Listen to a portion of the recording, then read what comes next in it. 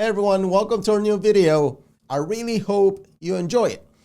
Don't forget to hit that subscribe button, share, and like. It really helps our channel grow. If you're short in time, check out our shorter clips for quick highlights. And as always, let us know your thoughts on the comments down below. We love hearing from you. All right, let's jump right in.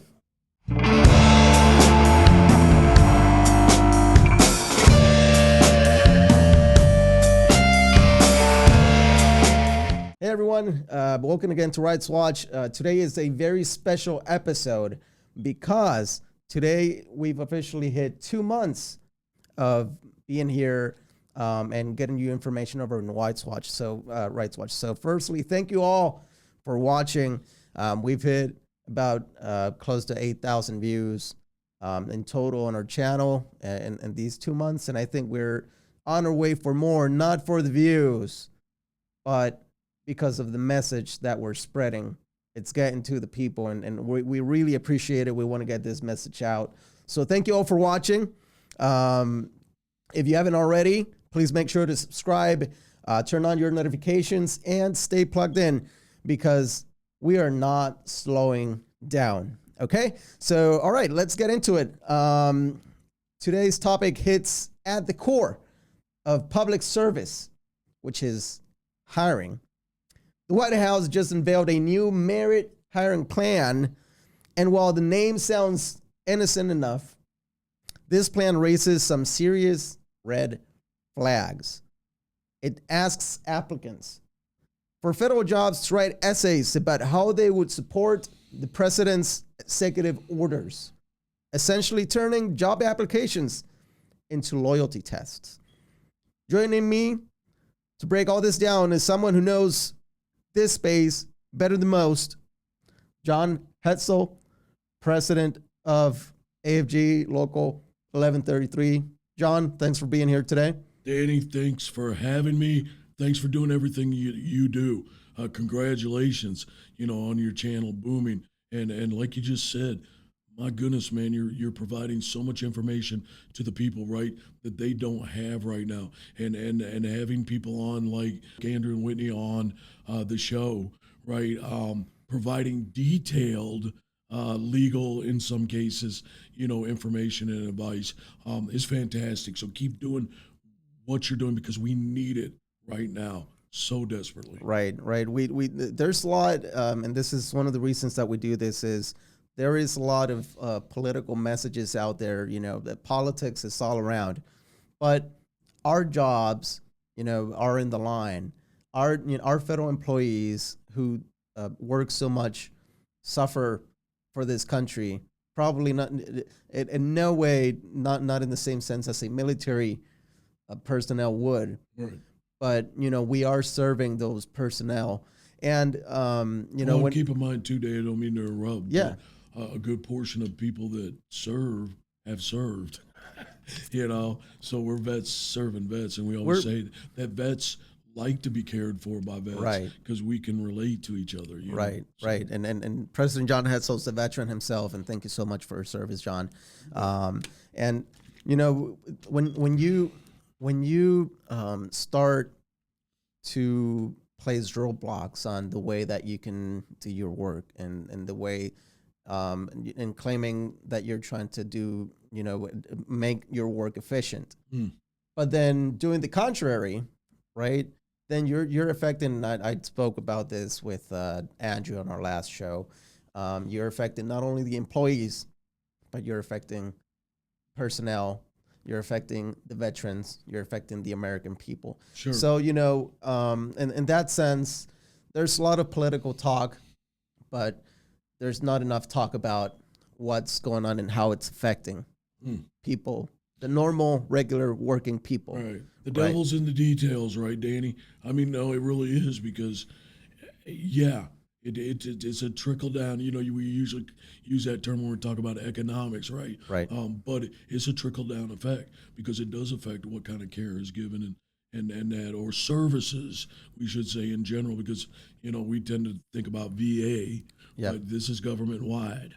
Right. It is. So today I want to start with something personal, John. I remember when I applied to the federal government. I certainly hope that you remember when you first applied to the federal government. And at least for me, I know it was hard. You know, applying for the federal government. If you're a federal employee, it's not easy to apply for the federal government. It's such a lengthy process. Right. And they're very selective on the people that they choose to work for a government because they want to make sure that we have the best people, right? Yeah. Just because you now say we want to hire the best people doesn't mean that you don't have the best people already. Correct. Okay, so and this hits so hard because for me, I remember you have to show that you're qualified. You have to have the correct credentials. You have to pass background checks. Right. They thoroughly look at everything Right. before you get into the federal government.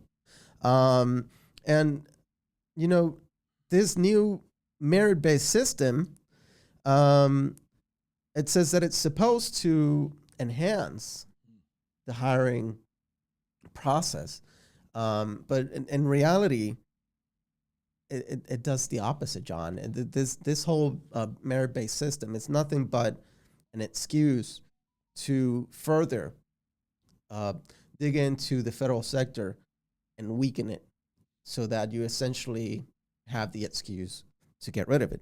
John, before we get into the details of this new plan, let's talk about what's already in place. So from your perspective, do you think we actually need a hiring reform in the federal government? That's a great question, Danny. And it's a complicated answer. What I mean by that is you just stated, right? And certainly, right, I'm an older gentleman, right, that came into this government thing way back in the mid 80s, right? So it was a different kind of process then, right, coming into work for the federal government. Now, I came directly out of the military to work for the VA, and that was in 1989, right? At that time, and I'm having to search my memory because that's a long time ago, and a lot's happened between then and now. But I don't remember the process being as laborious as it is now.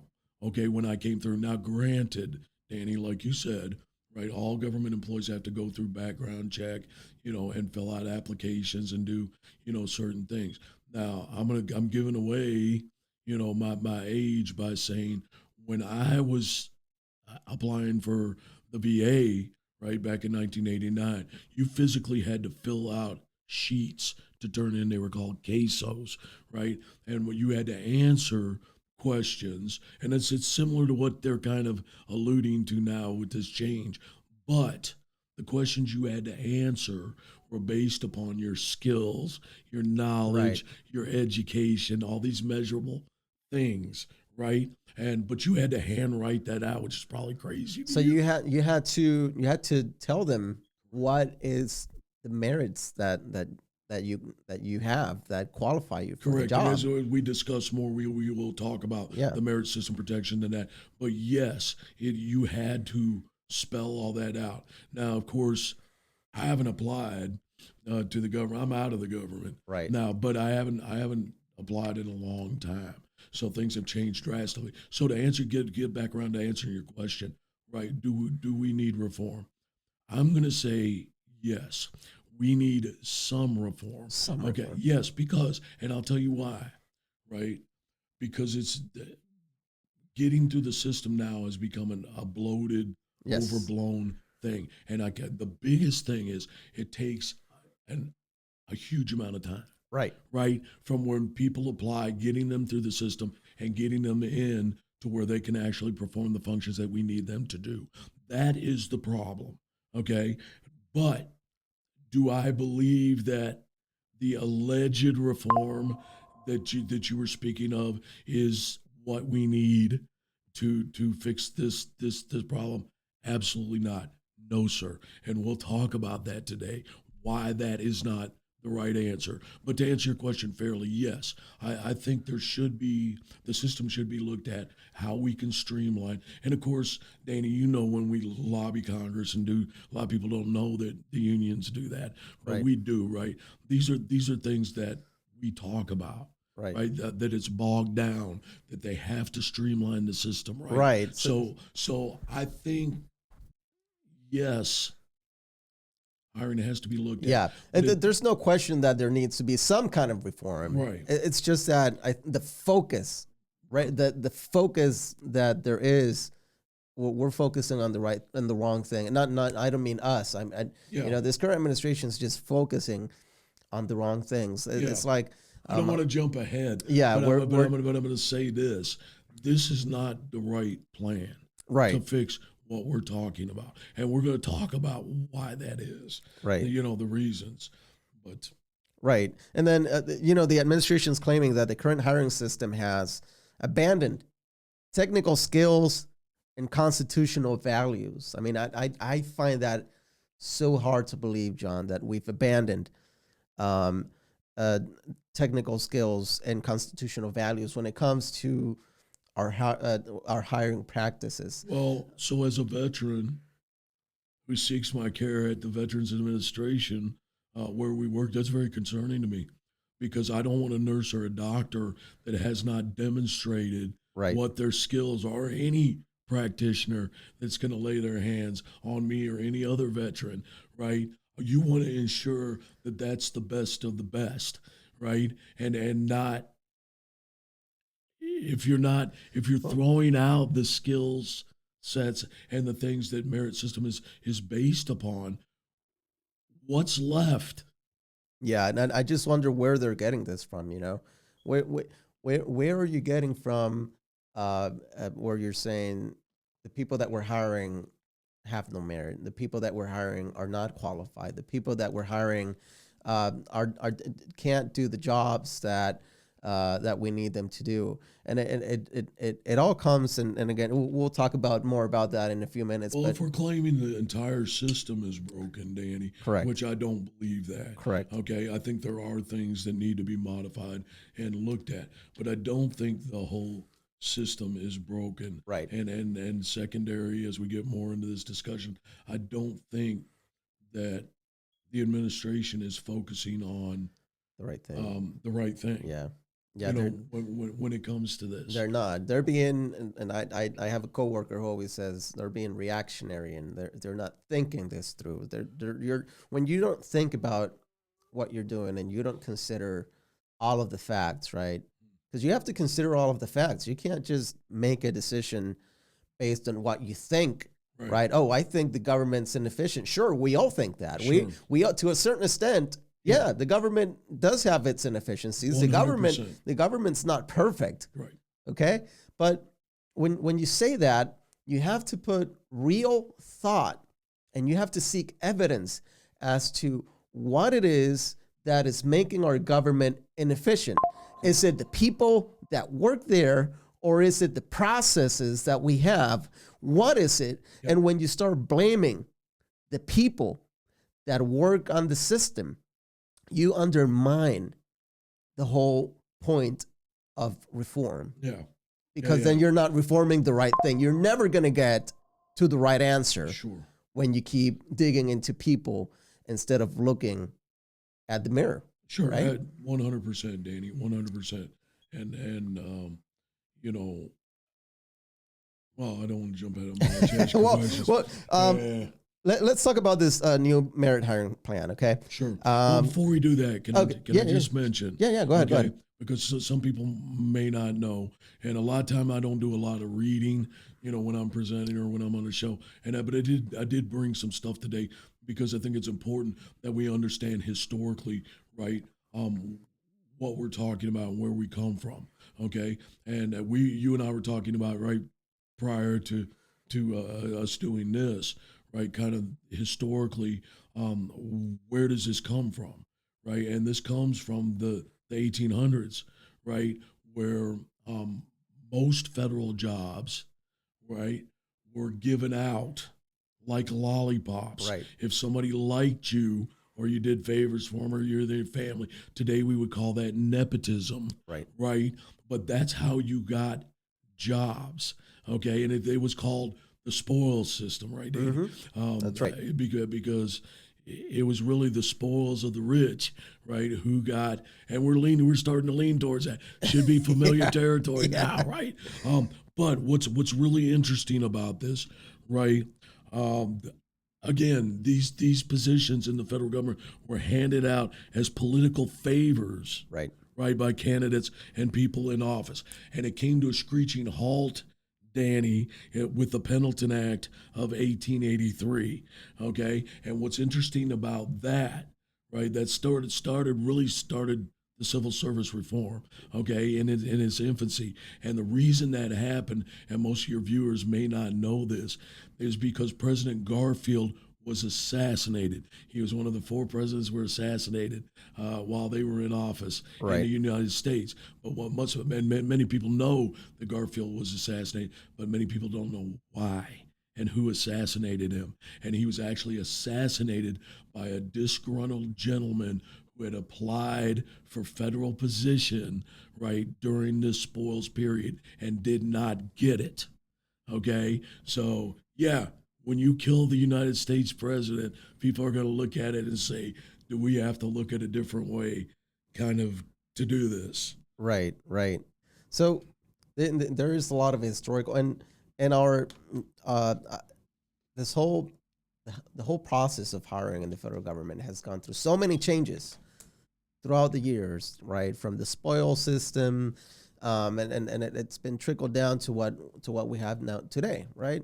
And sure, there's a lot of inefficiencies in the whole process, but when you start focusing on the wrong things, it's a big problem. It's a big problem, John, because you start affecting the lives of the people.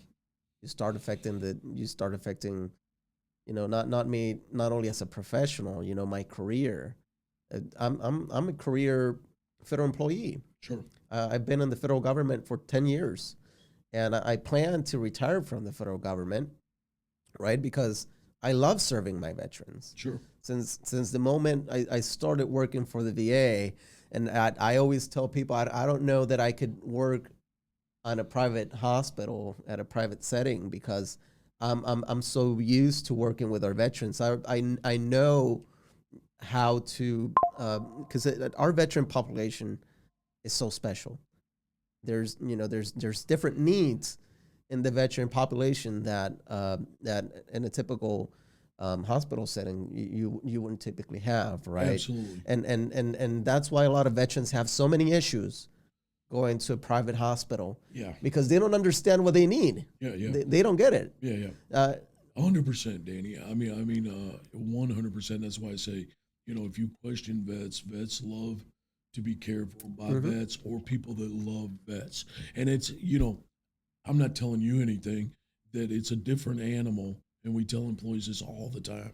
Coming to work for the federal government, for the VA, is totally different, right, than working out in the public, right, at Jewish hospital or wherever. Right. It's a whole different kind of thing. It is.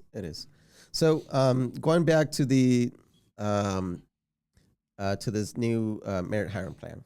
Okay, if you're applying to any position that's GS5 or above, here's what you're now required to answer.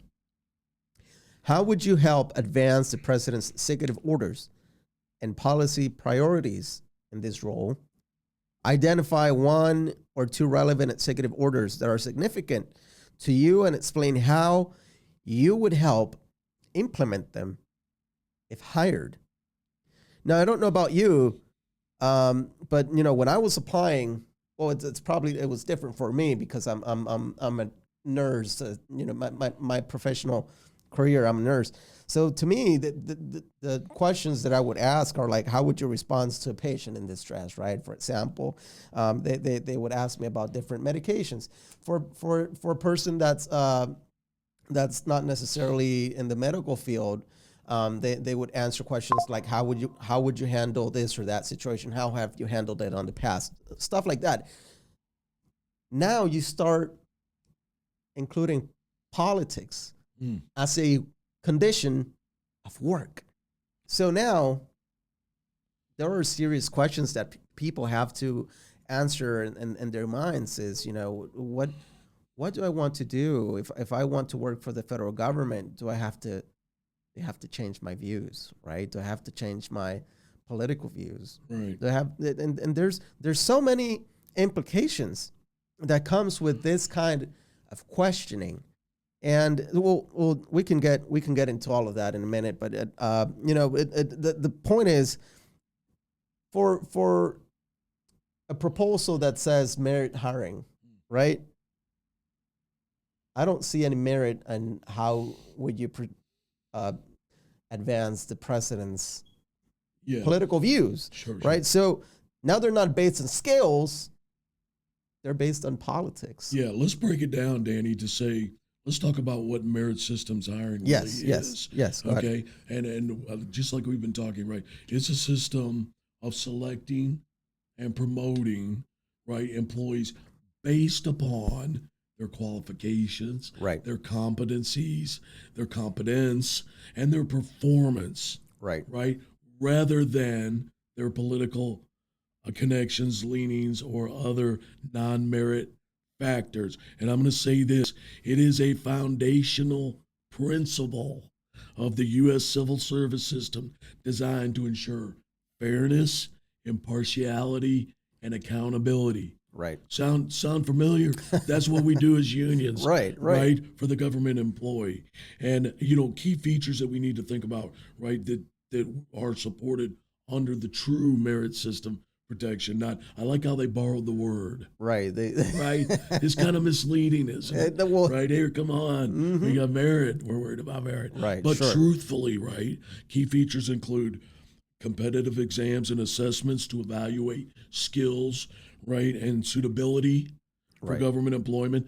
Veterans preference in hiring, Right. which is huge, is protected under the merit systems, folks. Protections against political coercion and favoritism, right? That nepotism that we were talking about, Right. Danny, in the beginning. And a big one for us, brother, big one for us, due process rights for disciplinary actions Right. and appeals. And I can truly say the merit system protection promotes professional, effective, and nonpartisan federal workforce. Right. Right? It stands in contrast Yeah. to political appointments, things like Schedule F, Right. right, which seek to make positions exempt, Right. right, from merit-based protections. Right. I mean, if I wanted to be in politics, John, I would have just ran for some kind of office, don't you think? Absolutely. Just because you work in the government doesn't mean that it should be your political views should be a condition of work. And Right. and And I'm going to argue, Danny, that it's probably not even legal. no. And unfortunately, and again, I'm not a lawyer. I'm not Andrew, right? Mhm. But the civil or the I'm sorry, um, The Merit System merit Protection system. Board. The Merit System Protection Board, right, was actually when we were talking about the history, right, it was codified into law by Right. President Jimmy Carter in the 70s. Right. So I mean, to say that that's not what we're going to utilize it, and also the second part of that is, Danny, we know, right, as government employees, same thing when you go in the military, same thing when you work for the government, right? You swear an oath Right. to the government, and what you do is you swear an oath to the Constitution, That's right. right, and upholding that, not to any individual or political Right. party. So it seems like this is crossing those lines. I mean, we've been talking up to this point about the fact, is it the right thing to do? Right. Is it good for employees? But I'm saying, is that even a proper way to address, right, the issues that we were talking about that the VA truly faces? Right.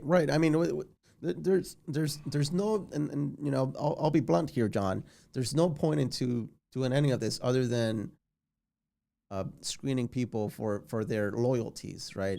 Are you loyal to me, or are you loyal to the Constitution? And if you answer the wrong one, guess what? You're not working on the federal government. And that's sad, Danny, because we've actually had, believe it or not, and I'm going to use a real life situation here. I had an employee call me recently in the office, right, Mhm. and say that somebody in their family had applied for applied at the VA, Yes. and they literally had to fill out these essay questions that you are speaking of, right? And they wanted to know, could they do that, right? Mhm. Because they even recognized at that point, yeah, this doesn't seem right to me, right? And I had to explain to them, no, the union doesn't believe that that is right or correct, and certainly we take an action, as we do Right. against those kind of things. But that was the first time that it really hit real to me Right. that people are actually being asked to do this Right. right now. Right. So it's happening for the people that are watching. This is not, we're not being cynical here. This is real life. This is happening, right? Real time. Real time. It's affecting people right now. There are people that are having to face uh, this decision, and whether I pledge my loyalties to a certain individual, or I play it, or I stand ground with with the Constitution, even if it costs me a job in the federal government. And this is so unfair, John. Yeah, yeah. And you're right. It's most probably very illegal. I think it will play out again. I'm not a lawyer, Yeah, but I'm sure that AFG is, pursuing action because they are on everything that's they are. happening Yeah, this way. And there's so many negative aspects, Danny, of this that we can discuss. And I 100% agree with you that they want people on a bended knee now. Yes. And people are saying, well, John, do I feel, how do I answer that? Or what if I don't believe that? Right. And that's a very hard thing Right. for me to address, because I know the realistic aspect of it, like you were speaking of, right? If you don't answer those questions, or you don't answer those questions the way maybe administration thinks you should answer them, Right. could that harm your ability to gain employment? Right. The answer is yes. And I'm never going to tell employees to lie, because lying on a government application, as you well know, It'll get you, yeah, it'll get you in trouble. They're gonna find out eventually. When you face, and it comes to the point where, I mean, nobody should be placed in this position, but I'm sure there could be a time where you could be facing the choice between, okay, should I do what's right, or should I say something, speak against this one thing that they're asking me to do? And then if that's not in alignment with the president's agenda, then they can come after you and say, well, you know what, you were being disingenuous on your answers. You lied on your application because you're not advancing absolutely the president's agenda, and Absolutely. they can always come after you for lying on your application. So this is very unfair, and it's a discouragement, John. It's a discouragement for younger people to Right. apply in our federal government.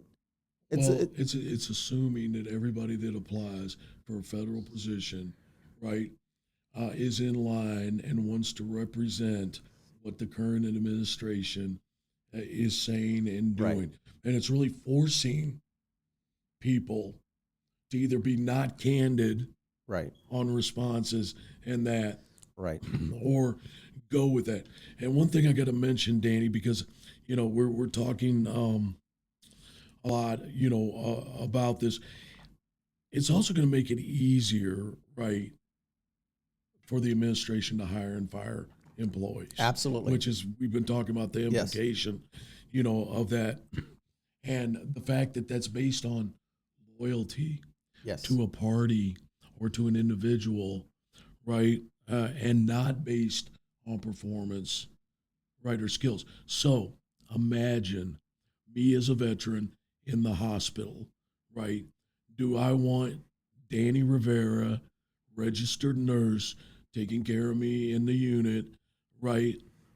Because he's a fantastic nurse, he's got all these skills, he's worked different areas, or do I want a political appointee Right. that may not have those skills Right. taking care of me as a veteran? I Right. think that the answer is clear for me.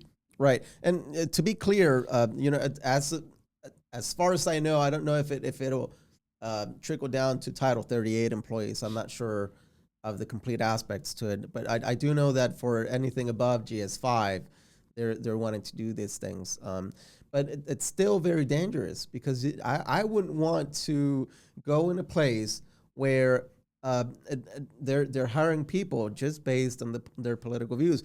What if I don't agree with the political views? I'm faced with the option of, okay, well, I'm going to get care from a place that, and that's the importance of regardless of what the administration says, right?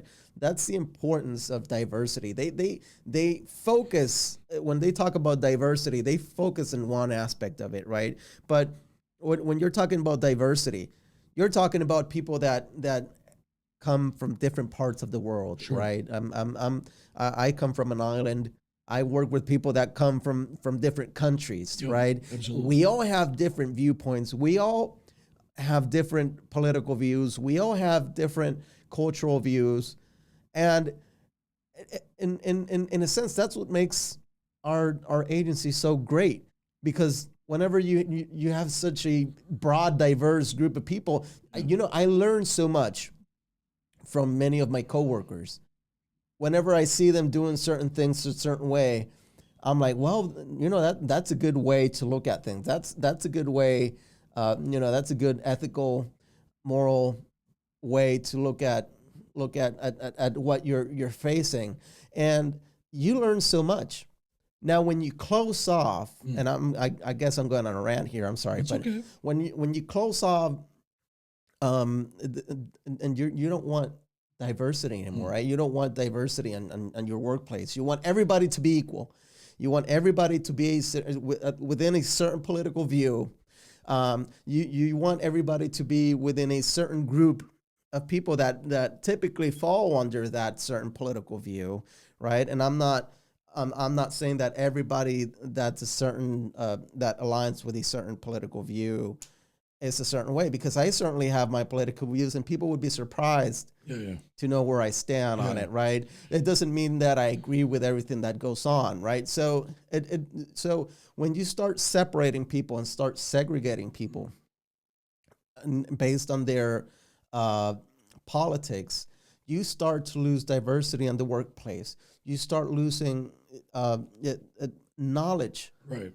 that people have, that people bring to the workplace, right? Sure. And how bad is it to not want different points of view other than yours Right. in the workplace? That's such a terrible thing, John. Well, it's actually crazy, Danny, and we know this administration and this president is no fan of diversity. Almost Right. immediately, he signed an executive order to have the agencies quit acknowledging Right. diversity.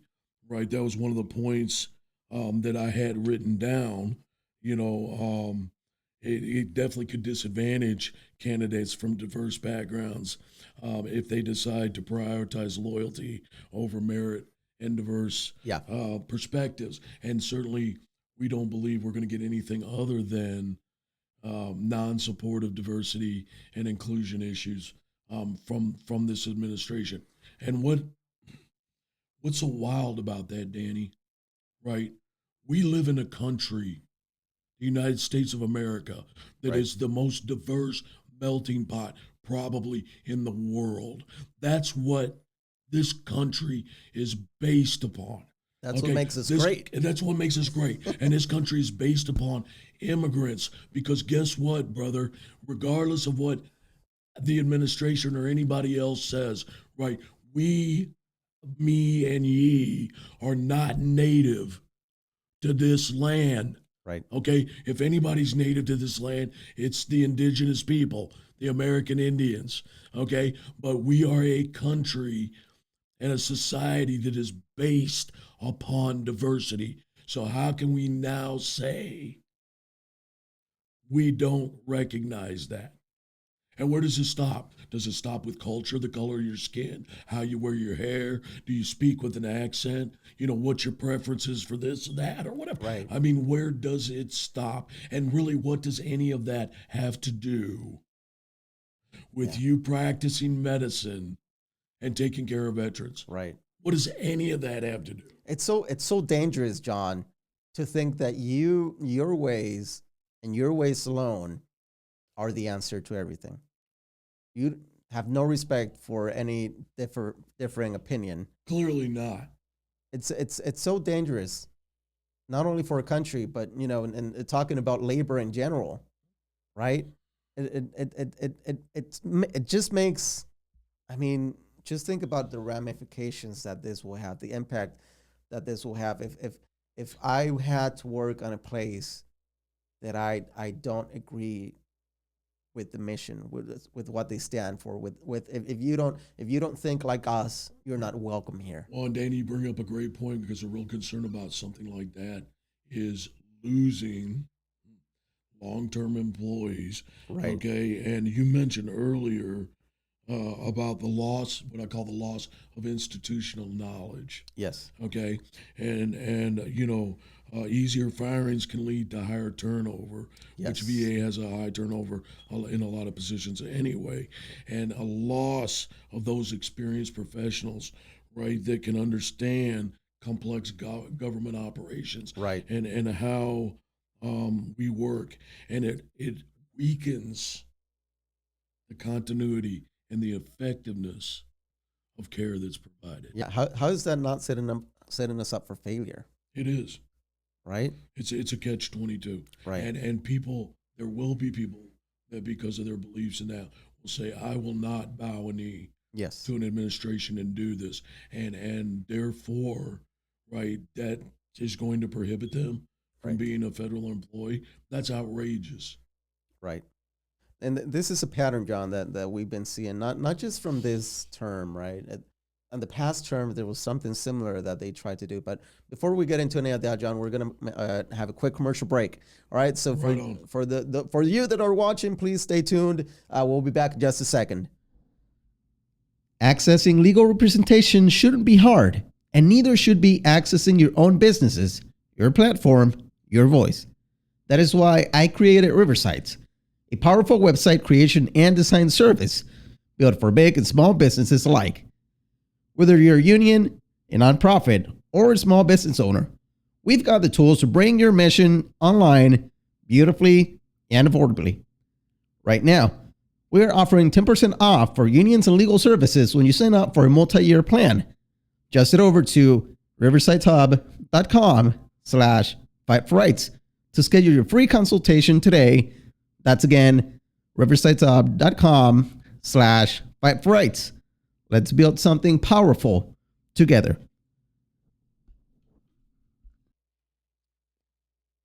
All right, John. So do you remember 4 years ago? Well, a little bit over 4 years ago, right?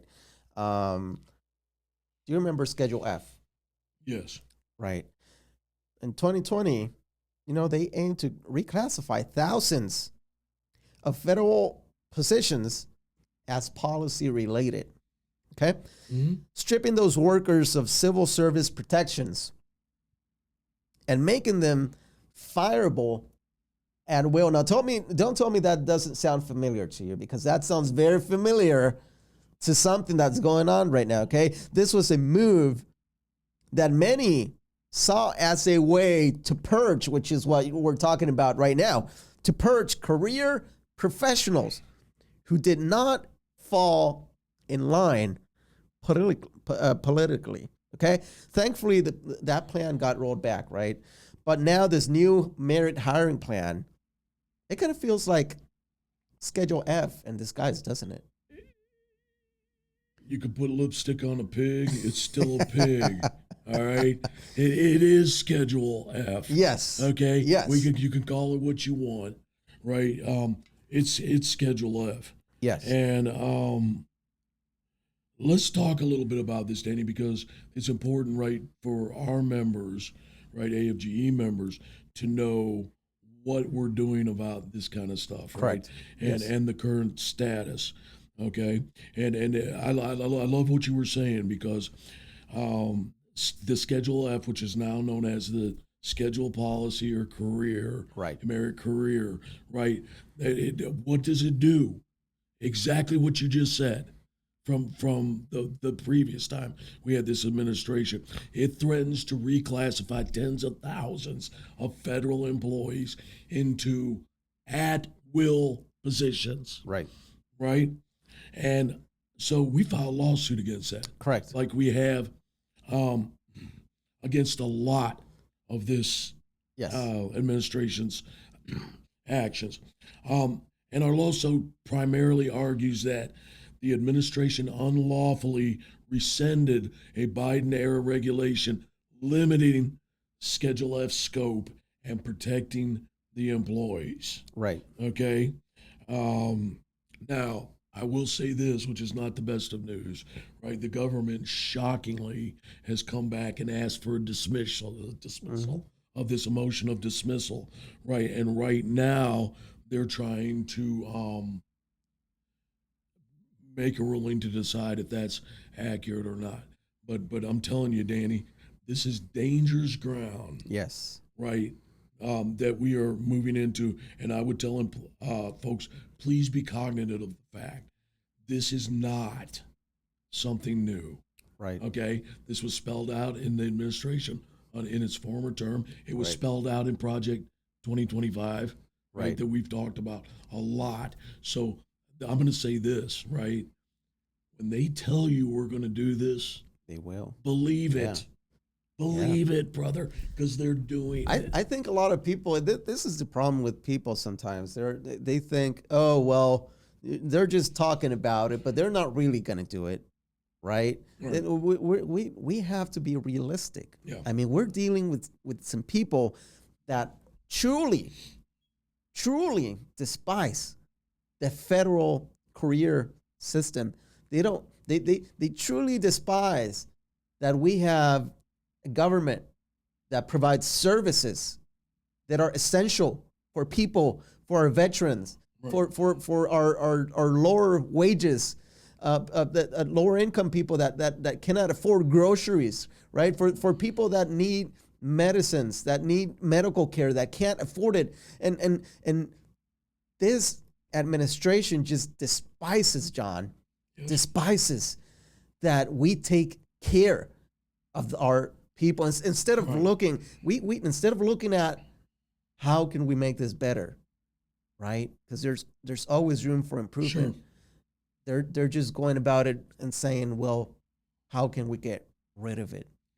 How can we get rid of it? And I like something that you always say, John, about your whenever you lose your rights, right? Right. Whenever you lose your rights, what happens, John? Well, it's actually, yes, it's a saying that I borrowed from some folks in labor that went before me, Right. right, that laid the foundation, and we'll have to have a talk about that sometime in the future, right, about, how did we get to where we are now.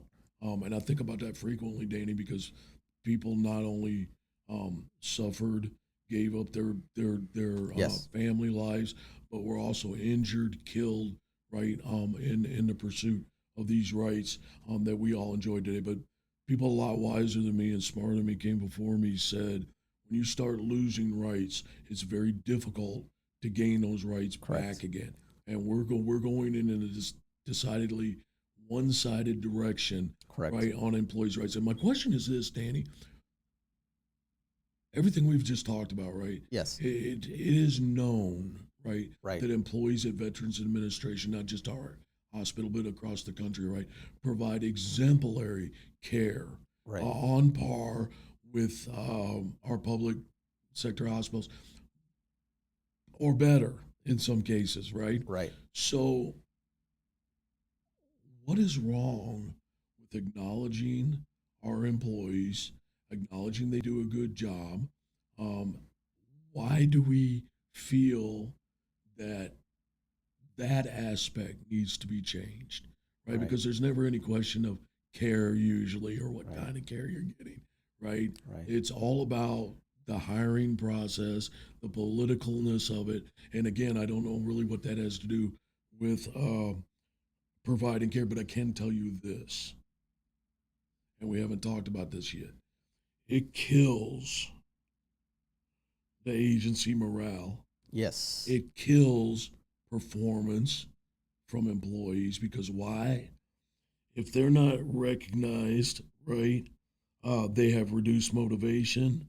Um, and again, it decreases the morale. Decreasing the morale Right. decreases your motivation, and therefore you're not going to perform 100%. Right. Agencies don't like to talk about morale, John, No, because not at all. they don't care about morale. But in reality is morale is so important for efficiency. You know, if your employees are happy, they're going to be happy to work for you, right? It doesn't mean that we can make everybody happy. And we, as working in the union, you as a labor leader, you know that we can't make everybody happy. Not everybody's going to be happy all the time, Sure. but we can do our best to make sure that the people that work for us are taken care of in a way that they're not going to be in so much of a need for different things. They're not being treated unfairly, unequally. They're being treated with respect, with dignity. I mean, how hard is it to ask of this from our government, from our work, from our agencies, and that's why I side so much, and that's why I work with the union. That's why I'm so passionate about labor. It's because these agencies, and I'm not talking about specific individuals, but when you're in a position where you're thinking about how you're going to progress certain agendas, you're not thinking about the impact that it makes on people, right? So that's where we come in. But how hard is it for them to recognize that morale is important for the efficiency of our services? We tell them that all the time, Danny, and the message falls on deaf ears. Right. And I mean, it's kind of like that analogies, that old adage, happy wife, happy life, right? That's right. Well, if your employees are miserable, do you Yeah. honestly think they're going to do the best job that they can do? And there's so much that are falling on the heads of government employees right now so quickly in what I call an assault, right, from the administration, that they don't know if they're coming or going. Yeah. Right, if they're going to be riffed, if their rights are going to be taken away, and that, and I think it's misguided, right? And I think a lot of times, you just said earlier, right? I think a lot of times people that make these decisions at higher levels, right, don't really know what's happening in the hospital. They're making decisions for stuff they don't know about. Right. Okay, they don't lay hands on patients. They don't know about really what we do. Right. And somehow, right, being organized, being protected by things that have been in existence for eons, Right. right? That somehow this is bad now, and it's somehow harming performance, or it's harming. I don't see how. Right. And when and to your point, John, when you do away with unions, which is another thing they're trying to do, Yes. right? When you do away with your unions are the ones who are looking out for your employees, and at least I recognize that people that are higher level above, they're thinking about the bottom line. They're Sure. thinking about the efficiency of the service, which is what they were hired to do. Yeah. But whenever something happens, most times they don't have the time to worry about these things. They cannot look at every single manager and make them accountable for every single thing that happens in the agency, every single thing that's unfair, every single harassment that goes on, these people don't have the time for that. Yeah. Right? And so that's where we come in. And when you try to get rid of us, you're essentially saying, I don't care about the employees. I don't care whether they're being treated fairly and equally. That we're just going to put our hands over our ears and pretend nothing's happening. Yeah. And that's really bad, Danny. I mean, see, people often think, and it's misguided, right? That because we hear this all the time. Oh, the union just represents bad employees, just gets bad employees out of trouble, right? They don't realize, right, that unions keep costs down, workplace issues down. Yes. Things like mediation or the unions help in things can keep the agencies from having to go to litigation. They have to spend a lot of time and money on issues. It is in the best interest, and Congress has determined it's in the best interest for unions to be there, right? Not only to protect the employees, but to provide efficiency and service in what we do. People also don't realize that we lobby Congress Right. regularly on issues that not only affect labor and the employees, but the veterans and the hospital. Right? Right. It's all in one big bowl. Right. Right? So to say, "Oh, we believe we can run a good business without this," right? When it's been extremely helpful and moving forward is definitely moving backwards, right? And my fear is to the Stone Age, Danny, if Yes. we're not careful, Yes. okay? We'll be clubbing each other overhead and pulling each other into the cave. That's a good analogy. I mean, it's true. We're going backwards. Unfortunately, we're going backwards, John. We're going to a place, and we have rights for a reason, right? We don't have rights just because, like I've heard you say, that they just suddenly woke up one day and they're like, Appeared. we're gonna give him all these different rights, and we're gonna let him take days off, and we're gonna let him rest, and they're gonna work 8 hour days, and they didn't come to this decision just one day out of the pureness of their hearts, right? Because at the end of the day, it's not good for the bottom dollar to give your employees rest, to make sure that they're taken care of in certain ways, right? So we've come to this place, and we're at a time where, can things be better? Yes. Can things improve? Absolutely. There's room for improvement anywhere, at any time. 50 years from now, there's still going to be room for improvement. Now, are we looking at the right place? I think we have to look at where it is that we're looking at. Are we blaming our employees for your so-called inefficiencies, or are we looking at the processes that we've put in place 50 years ago that are no longer working for a group of people that are evolving every day? So we have to recognize that people change.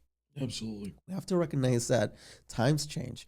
We have to recognize that our needs as human beings also change. And if you don't address it, and you're going to start looking at your people as the ones to blame, instead of looking at yourself and thinking, well, maybe I need to change. Right. And there's a way to change, Danny. And, there's a difference between making a change with a chainsaw Right. on the stage, right? And then figuratively doing that within a workforce, or Yes. making changes with a scalpel, with proper Right. evaluation of what needs to be done. And you don't harm anybody but the worker Right. when you're going through and the services delivered, Right. right? Which is what we don't think about a lot, right? But that they directly affect one another. Yes. So I think it's the manner in which they're doing it and how they're going about it. Right.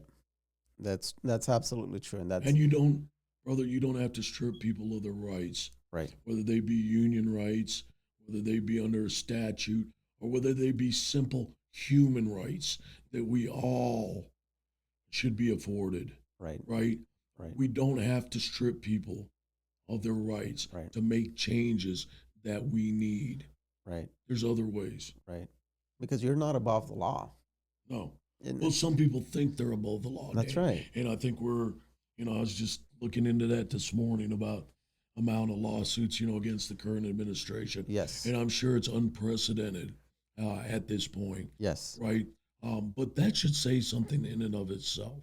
Mm-hmm. And believe me, um, labor organizations and other things are winning some Yes. of these lawsuits and potentially setting precedent. And I don't think necessarily that these are some topics that always had to be decided by a court. I think as human beings, right, we should be able to say Right. we're going to try to do the right thing here. Right. And you know, and the other thing to take away we talked about earlier is don't make changes on things you don't know anything about. Yeah. Okay. Right. And if the only person you're talking to is the head of Social Security Yeah. or Secretary of Veterans Affairs, they may know about the overall operation of the organization. Yes. And I would think being at that level, they should. Right. But do they know day to day what Danny is doing in his clinics or on his ward?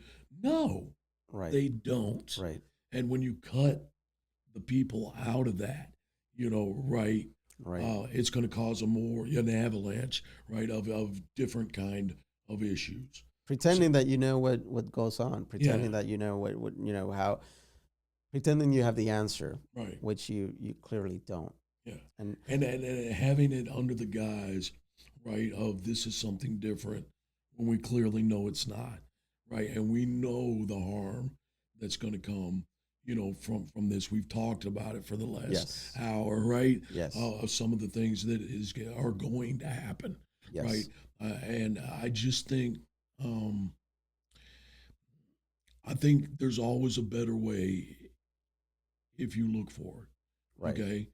Now, if you're one to kick in the door with a chainsaw and that's your method, well, you're only going to be so effective with that, Right. right? Right. But I don't think that's the answer, Danny. And I think we probably could talk all day, Yeah. about what the answers are, and we may have different ideas than the others, but I know the answer is not to strip people of their rights and not to treat them like human beings and put them through hoops and make them swear allegiance and bow a knee. I'm going to say Right. it again. People may not want to hear that, but Right. that's what you're being asked to do. Right. And once again, that's not about the country or the Constitution or what as government employees we swear to. Right. So that goes against everything we know. Right. Whether it be me coming in the 1980s or Yeah. you coming in when you came in. Yeah. To our listeners, please remind yourself. If you remind yourself, this is not about politics. Okay, we're not talking politics here. We're talking. Policies. We're talking about the policies that, in turn, will affect your life. Yes. So the decisions that are made today will affect your rights in the future. So when we talk about these things, we're not talking about politics. We're talking about the rights that we have, that we want to protect, that need to be protected. The importance, people have to be reminded. I tell people all the time, do not take your rights for granted. That is how society collapses, is when we start giving up our rights in exchange for what?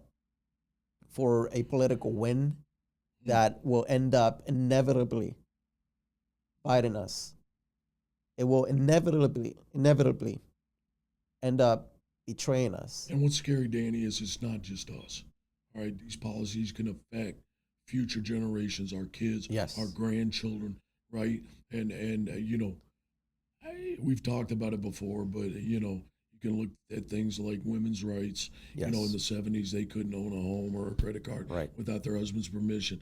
I see a lot of things that are happening today, Yeah. pushing us back. It's easy to forget.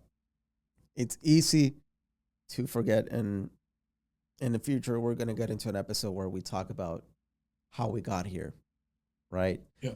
But because we have to remind people how it is that we got here. It's so easy to forget, John. But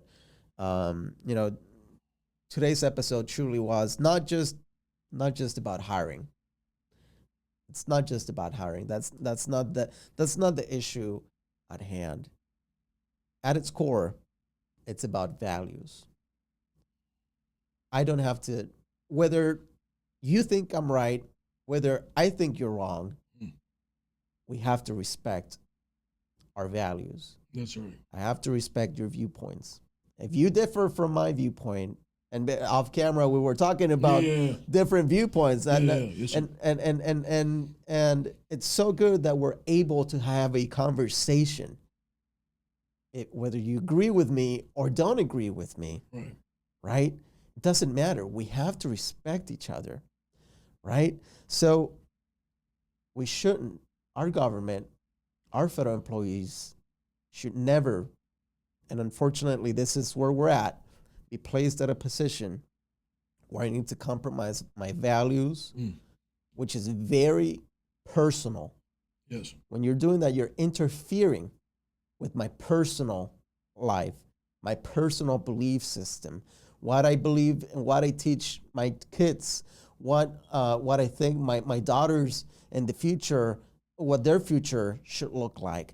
You know, you're compromising all of that when you put me in this position. So what kind of government do we want to build in the future? And who do we trust to serve in it, right? I don't trust a specific person.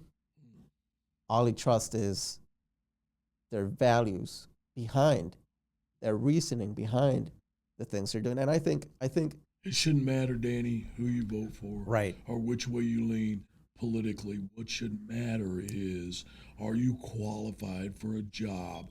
And why are we trying to change something that started being established in the 1800s? It's been working just fine since then. Right. Okay. So why would we even be talking about something like that? Right. It's sad. Well, it's and here's why, John. It's because we're not hiring public servants anymore. Right? We're building a political machine. Yes. This is all we're doing right now. We're building a political machine. And it's sad that we're here, but this is essentially what we needed to get to the bottom of today was why these changes are going on, right? Yeah. It's about, and this is why we're talking about this, we have to protect our values, okay? Your values as a federal employee, as a person, they're important, okay? Doesn't matter who you are, they should be protected, they should be respected. 100%. John, thank you so much for being with me here today. Thank you for your insight. As always, pleasure having you here, John. Danny, it's always a pleasure. Appreciate it. Appreciate you getting the word out. Like I said in the beginning, keep rolling, brother. Keep doing what you're doing. Because why? Education is what? Knowledge. Knowledge is what? Power. That's right. To everybody listening, if this episode, if you learned something from this episode, if you've gotten something out of this episode, please share it. Send it to a coworker. Post it on social media. Help us spread the word. We're a small channel. We're slowly growing. And I think it's because people are starting to realize that the things that we're talking about here are important for them, for their future. And it'll affect everything that has to do not only with their career, but with their families, with their friends, with every aspect of their life. So please share. If you're here on YouTube, please share, like, and subscribe. And remember, we're thank you, John. We're not. I can't just sit here quietly. This is the reason why we're doing this. Okay. That's why you're in this business, Danny. That's right. So everybody, thanks for watching. Stay informed. Stay loud, and remember, we are not giving up. All right. Till the next one.